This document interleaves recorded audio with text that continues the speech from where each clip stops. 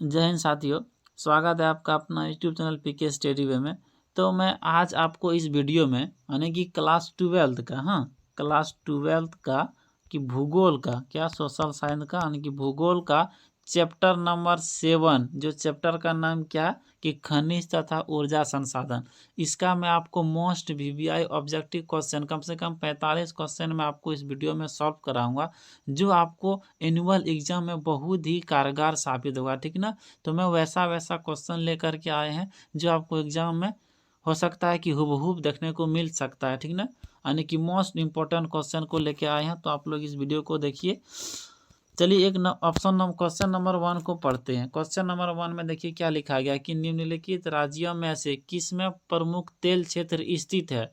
तो देखना है कि राजस्थान में है, असम में है, बिहार में है या तो तमिलनाडु में है। ठीक ना। तो आपको क्या मिला देखने को मिलेगा, सबसे प्रमुख तेल क्षेत्र कहाँ देखने को मिलेगा, असम में। ठीक ना। असम के कौन सा शहर में, तो आपको याद रखना है कि असम का डिगबोई शहर में। कौन सा शहर में, डिगबोई शहर में। ठीक ना। तो ये भी आप याद रखिएगा, असम का कौन सा शहर में सबसे प्रमुख तेल क्षेत्र स्थित है, डिगबोई शहर में। ठीक ना। चलिए हम लोग क्वेश्चन नंबर 2 को देखते हैं। क्वेश्चन नंबर 2 में क्या लिखा गया है, तो वो आप लोग को देखिए। क्वेश्चन नंबर 2 में लिखा गया है कि राउत भट्टा परमाणु ऊर्जा केंद्र किस शहर के निकट स्थित है। क्या है कि राउत भट्टा परमाणु ऊर्जा केंद्र किस शहर के निकट स्थित है, वो आप लोगों को देखना है। तो किस शहर के निकट स्थित है, ये राजस्थान के कोटा शहर के निकट में। कौन सा है कि राजस्थान के कोटा शहर में स्थित है। ठीक ना। चलिए हम लोग 2 को भी देख लिया। चलिए क्वेश्चन नंबर 3 को देखते हैं। बिना किसी लेट के हम लोग पढ़ते हैं क्वेश्चन को। देखो क्या लिखा गया कि इनमें से कौन लो अयस्क उत्पादक केंद्र है। इनमें से कौन लो अयस्क उत्पादक केंद्र है, तो आप लोगों को देखना है कि इसका क्या हो जाएगा कि बादाम पहाड़। ठीक ना। इसका आंसर हो जाएगा ए नंबर, बादाम पहाड़। ठीक ना। चलिए हम लोग क्वेश्चन नंबर 4 को देखते हैं। क्वेश्चन नंबर 4 में देखिए क्या लिखा गया है कि इनमें से क्या है, क्वेश्चन नंबर की इनमें से कौन बॉक्साइट से संबंधित नहीं रखता है, वो आपको बताना है। तो बॉक्साइट से संबंधित कौन नहीं रखता है, कि ये बिहार का जो गया जिला है ये बॉक्साइट से संबंधित नहीं रखता है, बाकी सभी रखता है। ठीक ना। चलिए क्वेश्चन नंबर हम लोग 5 को देखते हैं। क्वेश्चन नंबर 5 में देखना है क्या लिखा गया है कि भारत में पाए जाने वाले कुल कोयला का कितना प्रतिशत बिटुमिनस का प्रकार है। किसका, बिटुमिनस का प्रकार को हम लोग बिना किसी लेट के ऑप्शन नंबर सी को टिक आउट करेंगे, यानी कि 80%। कितना, 80%। ठीक ना। चलिए ये भी हो गया। उसके बाद देखना है कि छठा नंबर क्वेश्चन में क्या लिखा गया है। छठा नंबर में लिखा गया है कि यूरेनियम किस क्रम की चट्टानों में पाया जाता है, वो आपको बताना है कि यूरेनियम किस शहर की चट्टानों में पाया जाता है। तो यूरेनियम आपको देखने को मिलेगा कहाँ, आपको धारवाड़ में। कहाँ देखने को मिलेगा, इसको हम लोग ऑप्शन नंबर सी को टिक आउट करेंगे, कहाँ, धारवाड़ में देखने को मिलेगा। ठीक ना। चलिए इसका भी हो गया। आप लोगों को थोड़ा सा मैं यूरेनियम के बारे में बता देते हैं। यूरेनियम क्या कि परमाणु बम वगैरह जो बनता है ना, यूरेनियम के ही मदद से बनता है। तो यूरेनियम सबसे अधिक कहाँ पाया जाता है, ईरान में। कौन सा राज्य, कौन सा देश में, तो ईरान में सबसे अधिक पाया जाता है। और अमेरिका वालों ने क्या किया, इस पर बैन लगा दिया गया है कि आप अंतर्राष्ट्रीय स्तर पर यूरेनियम को नहीं बेच सकते हैं। ठीक ना। तो इसका फाइनली आंसर क्या था, इसमें क्वेश्चन के अकॉर्डिंग आपका आंसर क्या था, धारवाड़। ठीक ना। चलिए हम लोग अब आगे देखते हैं। क्वेश्चन नंबर हम लोग 7 को पढ़ते हैं। देखिए क्वेश्चन नंबर 7 में क्या लिखा गया है कि इन तेल, क्या लिखा गया है कि इन तेल शोधनशालाओं में, क्या लिखा गया है कि इन तेल शोधनशालाओं में उत्तर भारत में नहीं है। तो कौन सा है देखना है कि उत्तर भारत में नहीं है, वो आप लोगों को बताना है कि उत्तर भारत में कौन सा नहीं है। पानीपत, मथुरा, बरौनी और चेन्नई। तो आप इसका क्या हो जाएगा, चेन्नई। कौन सा है, ये चेन्नई आपको नहीं देखने को मिलेगा। ठीक ना। चलिए हम लोग अब देखते हैं कि क्वेश्चन नंबर 8 को हम लोग पढ़ते हैं। क्वेश्चन नंबर 8 में क्या लिखा गया, देखिए कि खनन किस प्रकार का क्रियाकलाप है, वो आपको बताना है कि खनन जो है ना वो किस प्रकार का है। प्राइमरी है, सेकेंडरी है, टर्सरी है या तो फोर्थ है। ठीक ना। यानी कि प्राथमिक, द्वितीयक और तृतीयक जो है ना, तो आप लोगों को बताना है कि इसका आंसर क्या आ जाएगा। ये जो है खनन क्या है, प्रथम प्रकार का क्रियाकलाप है। ठीक ना। तो ये ऑप्शन नंबर 1 सही हो जाएगा। ठीक। चलिए अब हम लोग क्वेश्चन नंबर 9 को देखते हैं। एशियन कहाँ है, ये आपको बताना है कि एशियन कहाँ है, जापान में है, रूस में है। हाँ, एशियन कहाँ है, जापान में, रूस में, जर्मनी में या तो भारत में। तो आपको ऑप्शन नंबर कितना को टिक करना है, ऑप्शन नंबर सी को टिक करना है, ठीक ना। बिना किसी लेट के हम लोग जर्मनी को लगा देंगे, ठीक ना। चलिए अब हम लोग देखते हैं। अब हम लोग देखिए ये क्या लिखे हैं, देखिए ये क्लास 12 का खनिज तथा ऊर्जा संसाधन ऑब्जेक्टिव क्वेश्चन हम 2022 के लिए लेके आए हैं। तो चलिए हम लोग क्वेश्चन को पढ़ते हैं। हाँ, तो हम लोग क्वेश्चन में देखिए क्या लिखा गया है। तो लिखा गया है कि क्वेश्चन नंबर 10th में कि इनमें कौन खनिज मिट्टी के बर्तन पर रंग चढ़ाने में काम आता है। तो वो आपको देखना है कि कौन सा है जो रंग चढ़ाने में काम आता है। क्वेश्चन नंबर 10 का क्या हो जाएगा आंसर, ये हो जाएगा मैग्नीज जो है ना, ये मिट्टी के बर्तन में रंग चढ़ाने में काम आता है, ठीक।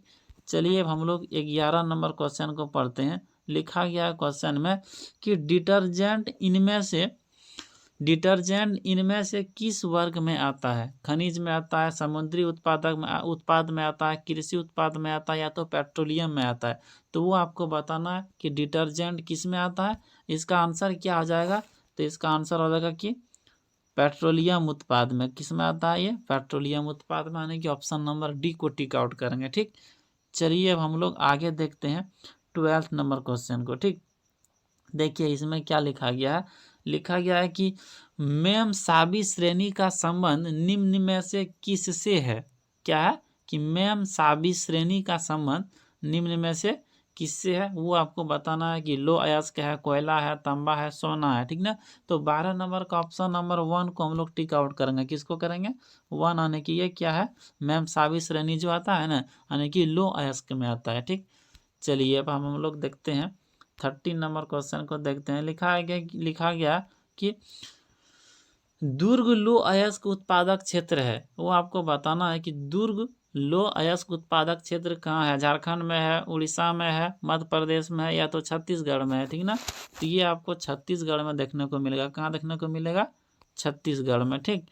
चलिए अब हम लोग देखते हैं 14 नंबर क्वेश्चन को। लिखा है कि अंकलेश्वर क्षेत्र है। आपको बताना है कि अंकलेश्वर क्षेत्र कहाँ स्थित में है, असम में है, आंसर यहाँ नहीं होगा, ठीक ना। ये आपको बताना है कि असम में है, गुजरात में है, राजस्थान में है, बिहार में है। तो इसका ऑप्शन नंबर हम लोग बी को टिक करेंगे, यानी कि गुजरात को, ठीक। चलिए अब हम लोग देखते हैं 15 नंबर क्वेश्चन में क्या लिखा गया है कि वो आपको बताना है। देखिए ये क्वेश्चन आपको ऊपर में थोड़ा दूसरे तरह से मिला था। उसमें क्वेश्चन क्या था कि परमाणु ऊर्जा किस शहर से स्थित है। तो उसमें आपको क्या बताए थे कि राजस्थान के किसमें, कोटा शहर में, ठीक ना। तो इसमें भी वही क्वेश्चन है। तो इसमें क्या दिया है कि कोटा शहर ना दे करके आपको ओनली स्टेट को ही दिया गया है। तो आपको देखना है कि कौन सा स्टेट में ये है, ठीक ना। क्वेश्चन क्या, थोड़ा फिर से पढ़ लेते हैं कि राउत भट्टा ऊर्जा संयंत्र किस राज्य में स्थित है। उसमें था किस शहर में था, इसमें है किस राज्य में, ठीक ना। तो शहर था उसमें, तो हम लोग कोटा को टिक आउट किए थे, और कोटा राजस्थान में आता है, बस इसको हम लोग राजस्थान में टिक आउट करेंगे, ठीक ना। तो परमाणु ऊर्जा संयंत्र राजस्थान में है, ठीक। ऑप्शन नंबर 1 को हम लोग इसको जान गए। अब हम लोग देखते हैं 16वां नंबर क्वेश्चन में क्या है।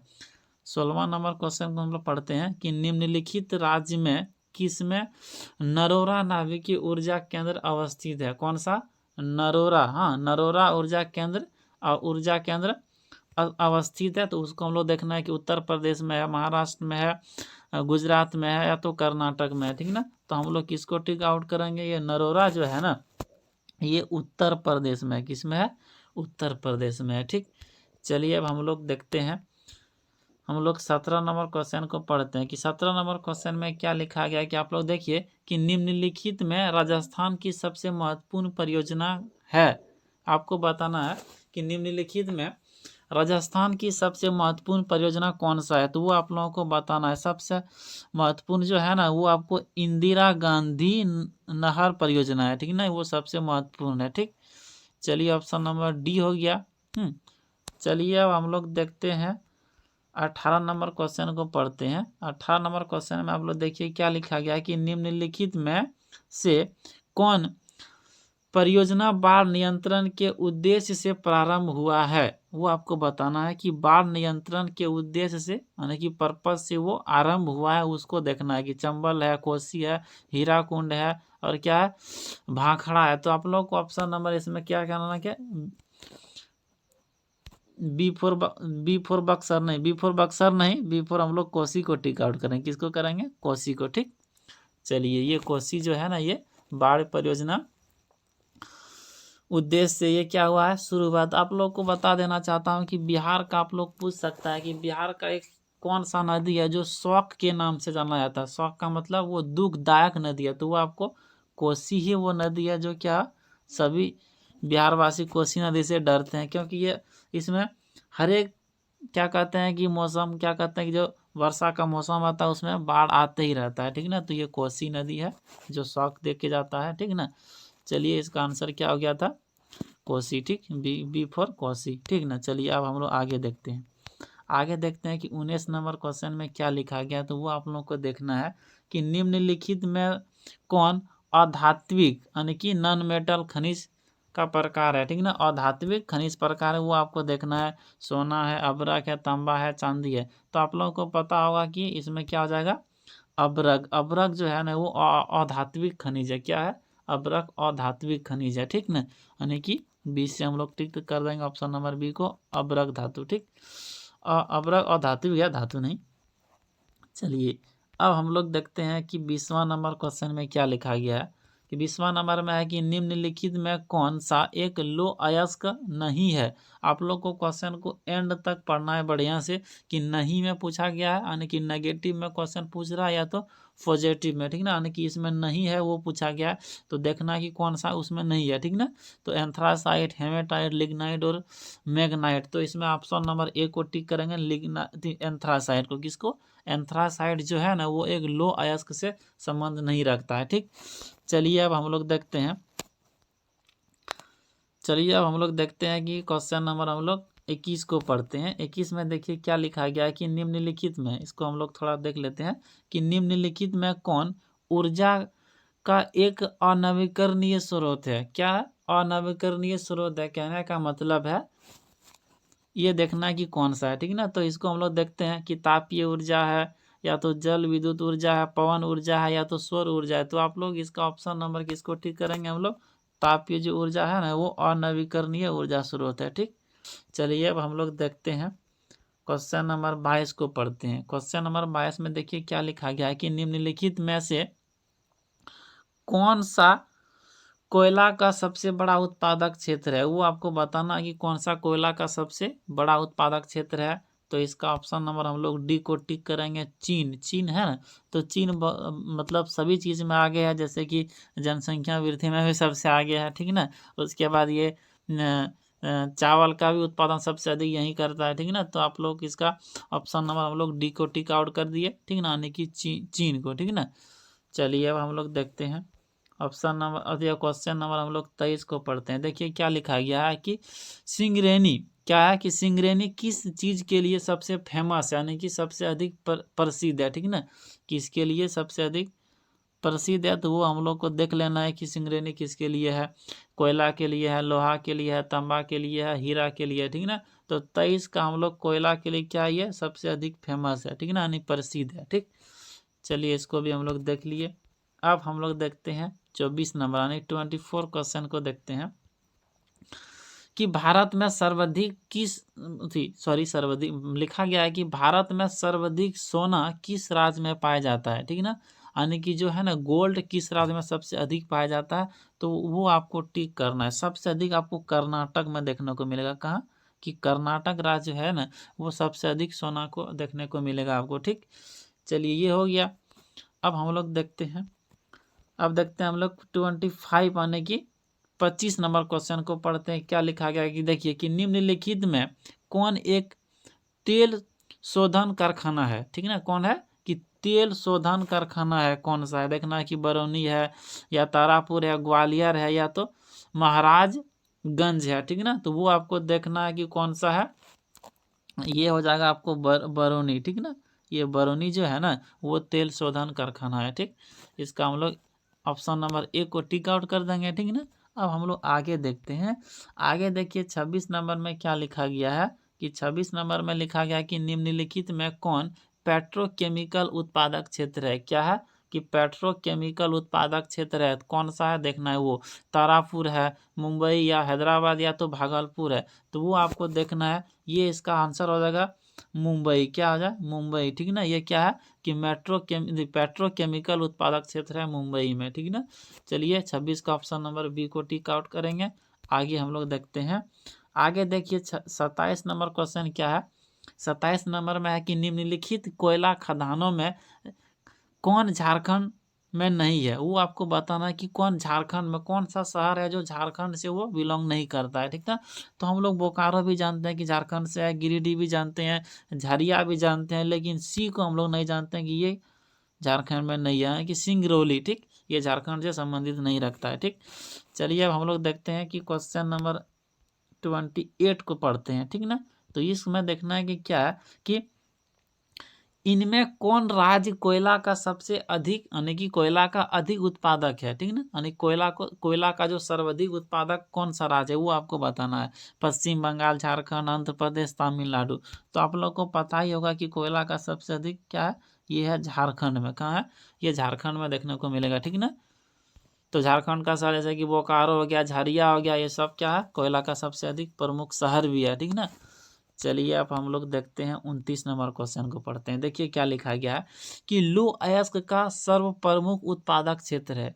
लौह अयस्क का क्या है कि प्रमुख उत्पादक क्षेत्र है, वो आपको बताना है। कि 29 नंबर का क्या हो जाएगा, ऑप्शन नंबर हम लोग सी को टिक आउट कराएंगे कि सी फॉर कर्नाटक, ठीक। चलिए ये हो गया। अब हम लोग आगे देखते हैं कि 30 नंबर क्वेश्चन को पढ़ते हैं। देखिए क्या लिखा गया कि रत्नागिरी किस शहर का खनिज क्षेत्र है। क्या है कि रत्नागिरी जो है ना, वो किस राज्य का, शहर नहीं, किस राज्य का खनिज क्षेत्र है, वो आपको बताना है कि रत्नागिरी किस राज्य का खनिज क्षेत्र है। इसको हम लोग क्या करेंगे, डी से।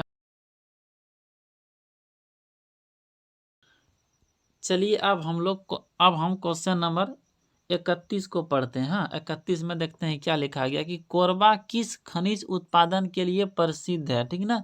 कोरबा जो है ना, वो किस खनिज उत्पादन के लिए प्रसिद्ध है, वो आपको बताना है। देखना है कि लोहा है, कोयला है, अब्रक है, मैग्नीज है। तो इसका क्या हो जाएगा आंसर, ये कोयला जो है ना, ये कोयला जो है ये खनिज उत्पादन के लिए प्रसिद्ध है, ठीक। चलिए कोरबा शहर क्या किसके लिए है, खनिज के लिए है, ठीक ना। चलिए इसको हम लोग जान गए।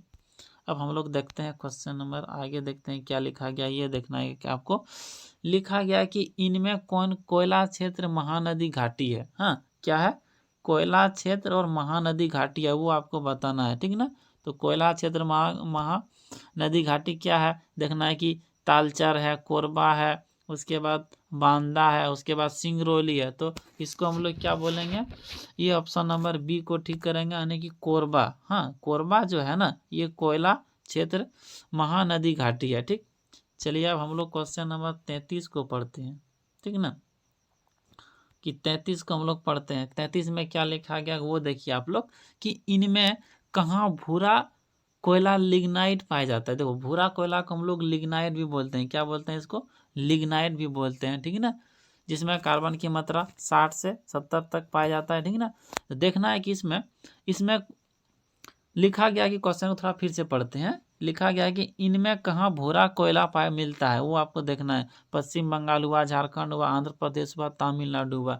तो इसका क्या हो जाएगा, ऑप्शन नंबर हम लोग डी को टिक आउट कर देंगे, यानी कि तमिलनाडु जो है ना, वहाँ आपको लिग्नाइट कोयला देखने को मिलेगा, ठीक है, यानी कि भूरा कोयला, ठीक ना।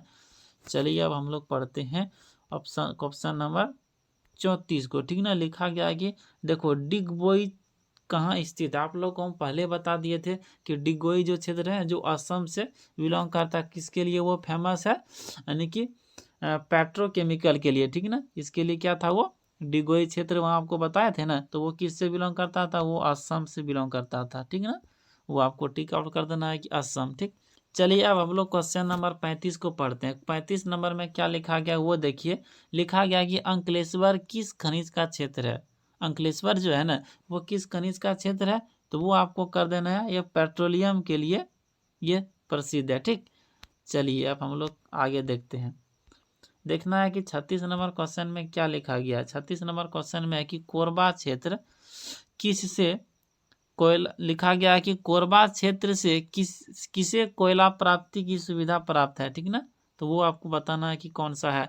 देखना है कि क्या है कि राउरकेला, भिलाई, उसके बाद क्या है बोकारो, उसके बाद विशाखापट्टनम। तो वो आपको बताना है कि इसका ऑप्शन क्या सही हो जाएगा, ठीक ना।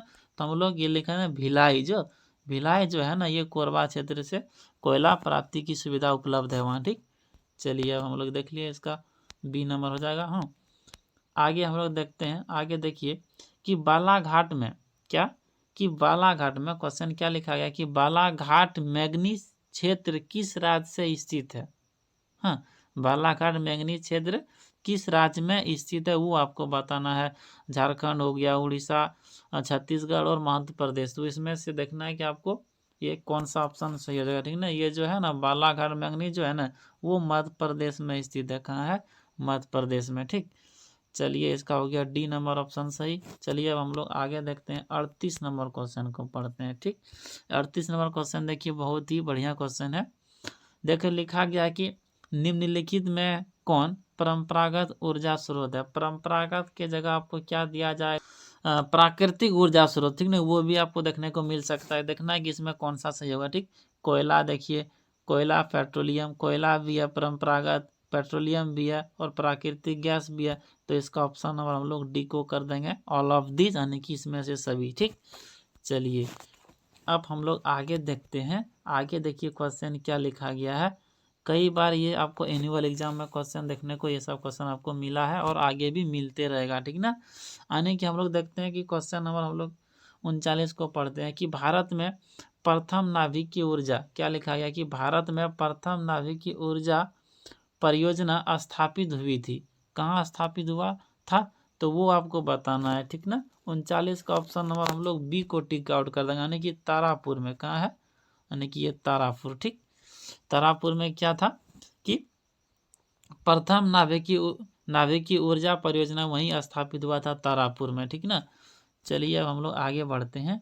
आगे देखना है कि हीराकुंड, हाँ क्या है कि हीराकुंड परियोजना अवस्थित है। तो आपको बताना है कि 40 नंबर में कि हीराकुंड परियोजना अवस्थित है, कहाँ अवस्थित है वो आपको बताना है। उड़ीसा हो गया, छत्तीसगढ़, मध्य प्रदेश और झारखंड, वो आपको बताना है कि 40 का क्या हो जाएगा, उड़ीसा में। क्या हीराकुंड परियोजना कहाँ अवस्थित है, उड़ीसा में अवस्थित है, ठीक। चलिए अब हम लोग देखते हैं आगे। देखिए लिखा गया कि मयूरभंज, क्या है कि मयूरभंज जो है ना, आपको बताना है कि इसमें आपको बताना है कि 41 नंबर क्वेश्चन का है कि मयूरभंज में कौन खनिज पाया जाता है। वो आपको बताना है कि मयूरभंज में कौन सा खनिज पाया जाता है। तो मयूरभंज में आपको लो अयस्क खनिज देखने को मिलेगा, ठीक। यानी ऑप्शन नंबर बी उसका करेक्ट आंसर है, ठीक। चलिए अब हम लोग आगे बढ़ते हैं। देखिए क्या लिखा गया कि 42 में लिखा गया कि इनमें से कौन खनन नगर नहीं है। देखिए क्वेश्चन को क्या बोले, आपको थोड़ा लास्ट तक सही से पढ़ते हैं। जैसे कि कोई कोई बोलता है ना कि अंत भला तो सब भला, ऐसा कि हम लोग इसको पढ़ लेंगे कि इनमें से कौन खनन नगर है, तो आंसर गलत हो सकता है। लेकिन अब नहीं है तो आपको नेगेटिव आंसर को चूज करना है, ठीक ना। तो देखना है खेतड़ी है, उसके बाद क्या लिखा है कि धनबाद है, कोडरमा है और पटना है। तो इसमें आपको बताना नहीं है, तो नहीं तो जान ही रहे हैं कि बिहार पटना जो है ये सब खनिज के लिए नहीं होता है, ठीक। चलिए आप हम लोग आगे देखते हैं कि क्वेश्चन नंबर 43 में क्या लिखा है कि वो देखना है कि आपको क्या लिखा है कि मेघ।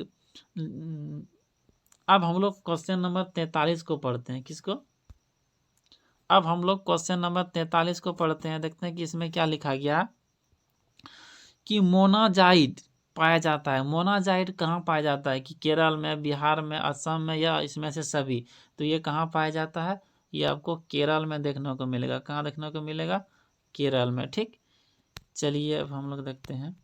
देखिए लिखा गया है कि लंबा संबंधित है। 44 नंबर में क्या है कि लंबा संबंधित है, किससे संबंधित रखता है ये रखता है कि पवन ऊर्जा से। किससे, पवन ऊर्जा, ठीक ना, जो ऊर्जा का नवीकरणीय ऊर्जा स्रोत है, ठीक ना। तो आप लोगों को मैं बता देना चाहता हूँ कि पवन, जैसे कि आपको क्वेश्चन देखने को मिल सकता है कि पवन ऊर्जा कहाँ स्थापित होता है, कौन सा देश में। तो हम लोग डेनमार्क लगाएंगे। क्या लगाएंगे, तो डेनमार्क देश है ना, वो पवनों का देश उसे कहा जाता है। और डेनमार्क में 15 किलोमीटर प्रति घंटा की स्पीड से हवा बहती है, जिसके कारण वहाँ परमाणु यानी परमाणु बोलते हैं कि पवन ऊर्जा यानी कि पवन ऊर्जा स्थापित करना संभव है। ठीक, चलिए अब हम लोग देखते हैं कि कोयला मिलता है। देखो आपको बताना है कि कोयला कहाँ मिलता है, कि झरिया में मिलता है, या तो कोलार में मिलता है, गोवा में मिलता है, या तो खेतड़ीली में मिलता है। ठीक ना, तो आप लोग को पता है कि झारखंड झरिया जो है ना इस कोयला के लिए प्रसिद्ध है। ठीक, तो ऑप्शन नंबर इसका क्या हो जाएगा, 45 का ऑप्शन नंबर हम लोग ए को टिक आउट कर देंगे। ठीक ना, तो फाइनली हम लोग इस वीडियो में कि 45 मोस्ट ऑब्जेक्टिव क्वेश्चन को सॉल्व कर लिए। ठीक ना, जो आगामी एग्जाम के लिए बहुत ही फायदेमंद साबित होगी। ठीक ना, तो आप लोगों से मेरा एक छोटा सा रिक्वेस्ट है कि यदि आप लोग इस चैनल में नए हैं तो चैनल को सब्सक्राइब कर लीजिएगा और अपने दोस्तों के साथ शेयर भी कर लीजिएगा। ठीक ना, चलिए अब हम लोग किसी नेक्स्ट वीडियो में किसी नेक्स्ट टॉपिक के साथ मिलते हैं, तब तक के लिए धन्यवाद। ठीक।